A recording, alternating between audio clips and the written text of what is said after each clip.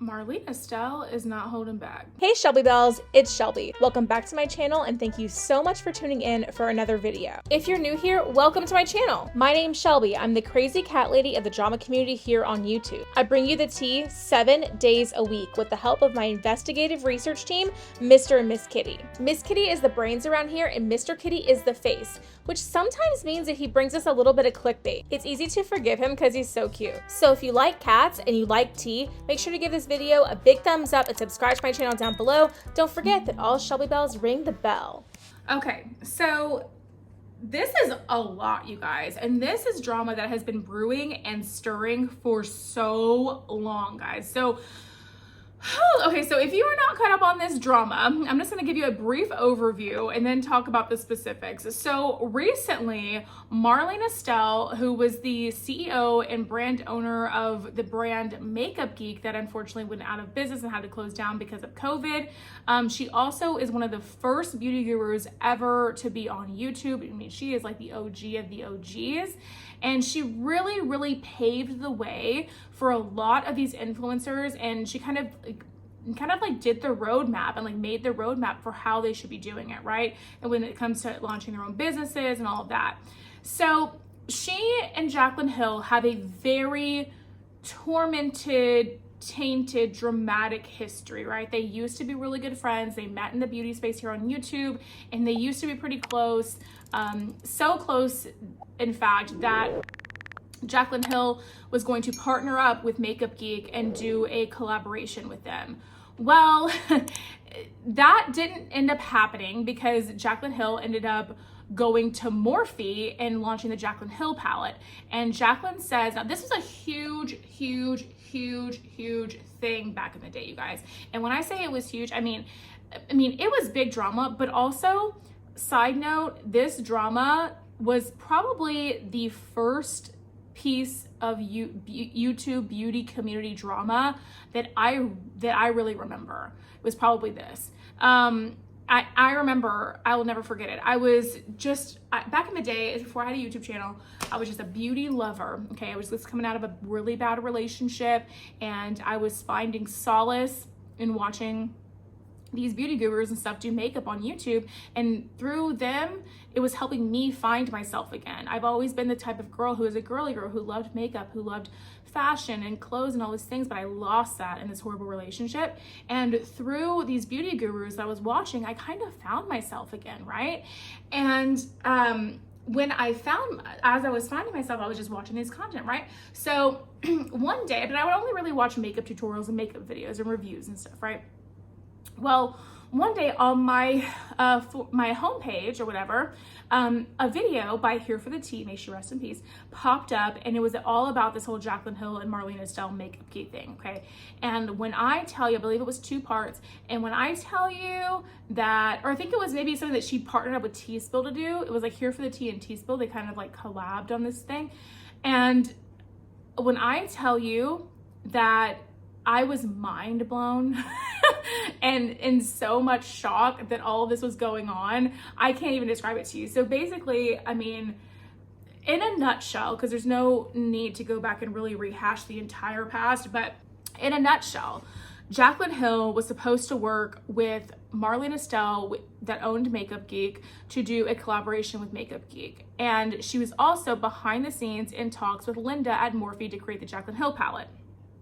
Well, the assumption is that somewhere down the line, Morphe made Jaclyn a more lucrative deal. They made her a better offer, and Jaclyn Hill ended up postponing the MacBook Geek launch because of stipulations with her contract with Morphe, and Marlena Stell ended up eventually pulling out of the project after she had bought so much product for the palette and so basically just had it sitting on the shelves for months. She ended up having to pull out of the project and find other ways to sell this merchandise so that it would not go bad and she would get some sort of return on investment for it, right? I'm going to jump around a little bit here to make the story make sense. So recently, okay, so that's kind of the backstory.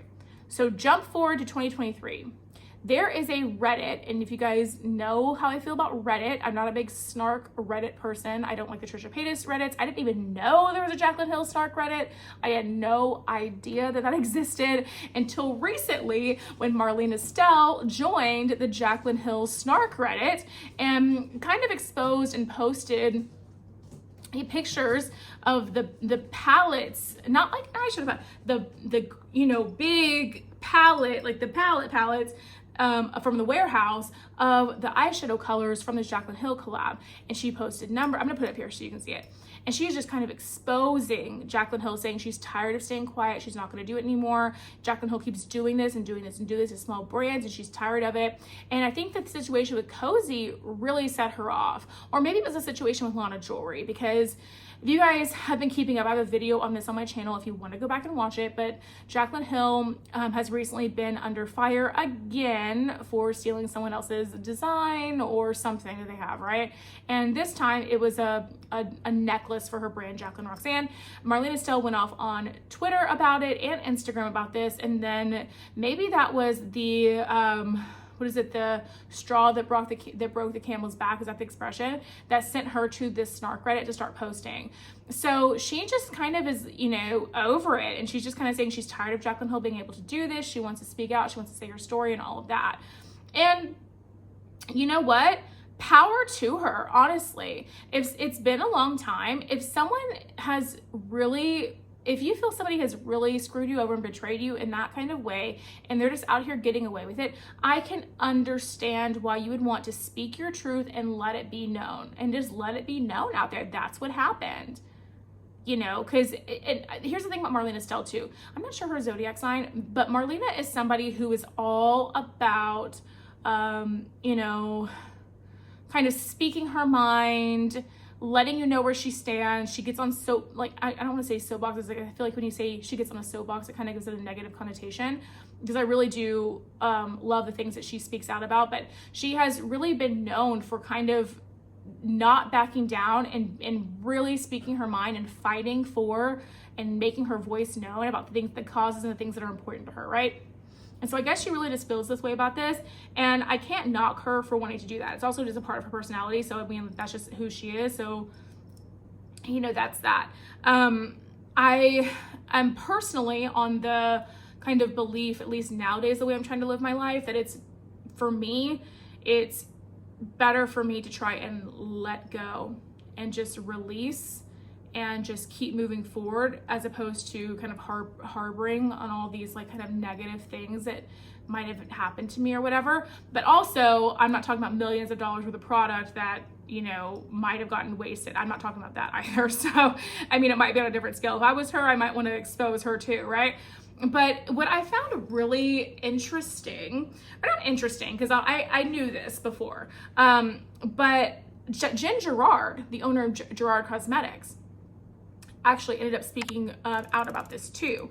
And now I'm not sure when in the past that Jen has publicly spoke about this situation, but I do know Jen Gerard, we are friendly, and she told me this whole thing about her and Jaclyn before. Like, I've known about it from her, right? So basically, Jaclyn Hill screwed over Jen Gerard too. And Jen Gerard is kind of like in the comment section of this snark Reddit with Marlena Stell saying like, oh, I'm so proud of you for coming forward, all of these things, da-da-da. Like, she screwed me over too, da-da-da. And then people were like, well, give us the details, spill the tea, like what happened, like what happened? And Jen's kind of like, well, it was so long ago, I don't want to bring it back up, like I just want to move on, whatever, right? And so she hasn't gone into detail about that, and because of that, it's not my place to go into detail, okay? It is interesting that now we know of Jaclyn Hill screwing over Marlena Stell, Jen Gerard, the owner of that other brand, koze, and now this girl from Lana Jewelry, right? And it just makes you really start thinking, it's like, can Jaclyn Hill come up with an original idea? I'm not sure she can. And you know what, and quite honestly, if Jaclyn Hill can't come up with an original idea, if she, hold on, because there's two different things I want to say. Okay, if Jaclyn can't come up with an original idea, honestly, that's okay, but you need to stop fronting and acting like all of your ideas are original ideas, right? So that's the first thing I wanted to say, because I didn't really know where I wanted to go with that. So that's the first thing I want to say. The second thing is that when Jaclyn Hill goes on camera, she's a really likable personality to watch. I feel like she's very relatable. I feel like the things she talks about, I can resonate with a lot. And that makes her appeal to me in a way. I'm not going to lie to you. She appeals to me in that way. What really turns me off about her is that she really has a history of biting the hand that feeds her. And I just feel like there's something to be said for gratitude and gratefulness. And oh, my phone's gonna die. Oh no, I have like 6 videos left to film.